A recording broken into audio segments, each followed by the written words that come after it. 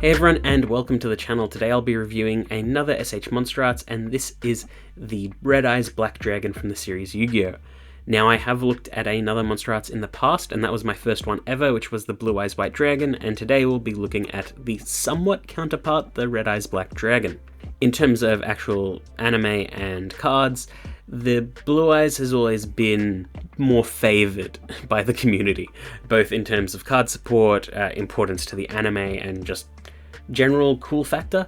And that's not to say that the Red Eyes isn't cool, it's just that whenever it gets support or whenever it's shown in the anime and things like that, it's always weaker than Blue Eyes, or it needs a million different support items just to make it somewhat viable, whereas the Blue Eyes is pretty much strong right out of the gate. But that doesn't mean its design isn't any less iconic.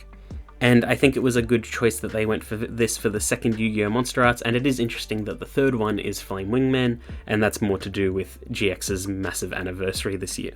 But anyway, the S.H.Monsterarts line are posable figures, much like the Figuarts line. It's the same company, but different design teams. The Monsterarts really focus on articulation, hence why they do monsters, and they put an insane amount of ball joints throughout, like necks and tails and things like that, to create really natural looking poses. And for the most part from the Blue Eyes, it was really cool, and we'll see how it is in the Red Eyes.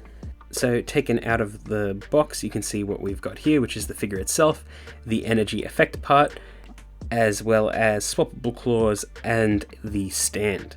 Now, much like the Blue Eyes, the stand isn't completely necessary to get the figure stood up, but for any aerial sort of pose, it is very highly recommended. And taken out of the box and put in a very simple pose here is the Red Eyes Black Dragon, and he's looking pretty good. I put him against a black backdrop. I could have changed it, but I didn't. I wanted to see if my new lighting could still highlight the figure, and I think it is looking pretty damn good. Now, I don't think that the Red Eyes design translates perfectly into a 3D figurine like this, whereas the Blue Eyes did, and I think that also comes down to source material, because we see the Blue Eyes a lot more and all of the intricate detail in it, whereas the Red Eyes, we don't see nearly as much of it throughout, mainly because Joey uses other cards and he's not always in the limelight like Kaiba and Yu-Gi-Oh! I think there are about like 3 major parts that you need to nail for the Red Eyes, which is the head design, the wings, and that sort of upper chest that you see in the main card art. And here I think they've captured that pretty damn well.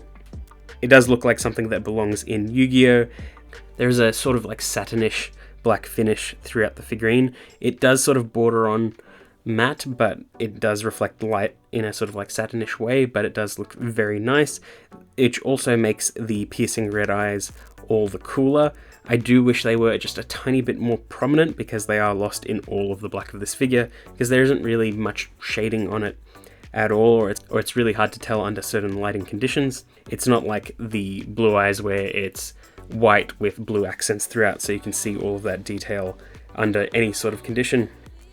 Just due to how this monster is designed, it's hard to tell some of the finer work. But overall, the sculpt looks nice, and I think it reads very clearly as the Red Eyes Black Dragon, and I think it pairs very nicely with the Blue Eyes. And here they are side by side, so you can see how they contrast with each other, and I think if you put them both on display together, they will look especially nice. And I do like the sort of curved wings of the Blue Eyes versus the sharper look of the Red Eyes. They almost seem more complementary to each other, even though they're not really rival dragons, but they just have a lot of similarities. But with that, we might as well move to posability. So there are a ton of ball joints in the neck, which allow for a good range of motion. It does make the sort of spine detail a bit awkward if you don't get them all flowing correctly. There is a ball joint in the top of the head and the jaw, which allows for a little bit of waggle room as well as an opening mouth gimmick. The tongue is slightly posable. It's not as sort of posable in the head space as the Blue Eyes, but it's still pretty nice. The arms can move around on the ball joint there. There is a swivel at the upper arm and hinge at the elbow, and the claws can hinge and rotate around. There are several ball joints in the body. I thought there were more, but I couldn't really get them going, but some of the plastic was sort of like really tight, so I wasn't quite sure if I should force it or not. Legs can move up at the sort of waist area, bend at the sort of knee, and hinge at the feet. And the back toe of the claw can bend as well. There are a bunch of ball joints in the tail which allow for some very natural looking curvy poses, and it's really nice to move around.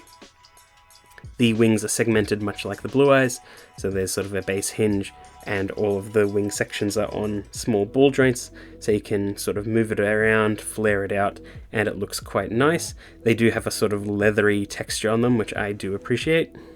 And that's pretty much it for the red eyes, nothing too crazy. He is way harder to balance than the blue eyes was, and in general, a lot of these joints felt way looser, and the blue eyes just felt a bit more solid. And that also comes down to the stand. Even though the stand is pretty much identical to the blue eyes, it felt way looser, and a lot of parts that were very tight for the blue eyes and I had no trouble with, they'd pop off constantly with the red eyes one. And they weren't even things where I could tighten it at the screw, they would just be like where the plugs slot in and things like that. It's just had friction issues, and I'm not sure if that was just I got a bad batch or my blue eyes was just a really good batch. But regardless, I had a lot of difficulty putting this on a stand, and I really did not like posing it in aerial poses because the stand would just give out at different times and made the whole posing experience pretty annoying.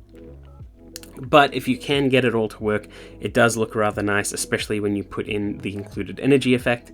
Now, I don't really know the Red Eyes' breath attack name. I don't remember Joey calling it out too much, but this is sort of like a black energy effect sort of thing that Red Eyes can shoot out. It is sort of like a darkish reddish purple, and it looks quite beautiful. And I think it looks really good from different angles. I think it looks especially good when you pair it with the blue eyes, and posing the blue eyes in the air again with its stand made me hate the Red Eyes stand even more. There's just something wrong about it. It just doesn't hold anything that well. If I breathe on it, it falls apart. As soon as I finished with this review, it just collapsed in on itself. It was just a frustrating experience. And if you can figure it out, you can get the Red Eyes to hold the blast effect just in its mouth without any stand at all, which is kind of cool. And yeah, just a pretty cool figure all around. You do get the swappable talons for the front arms, but I don't think that they're different enough to warrant them being an accessory. Like, you could have probably engineered a hinge in the claws, because there's a hinge in the feet. It's a whole thing, but I didn't really care all that much. And the figure itself is quite good. I don't think it's as good as the blue eyes, but I do have a bias because I like the blue eyes more. But it is still a really cool figure, and it is worthy of being in the line. I am keen to see what they do beyond this, because if we're getting Flame Wingmen, then that means that humanoid monsters are on the table, and there's a lot to draw from in Yu-Gi-Oh! But if you just keep doing dragons, there's a lot of really iconic dragons that you can pull from as well, and I'd be keen to see more from that. But yeah, that's pretty much it. I hope you enjoyed that video, and I will see you all next time.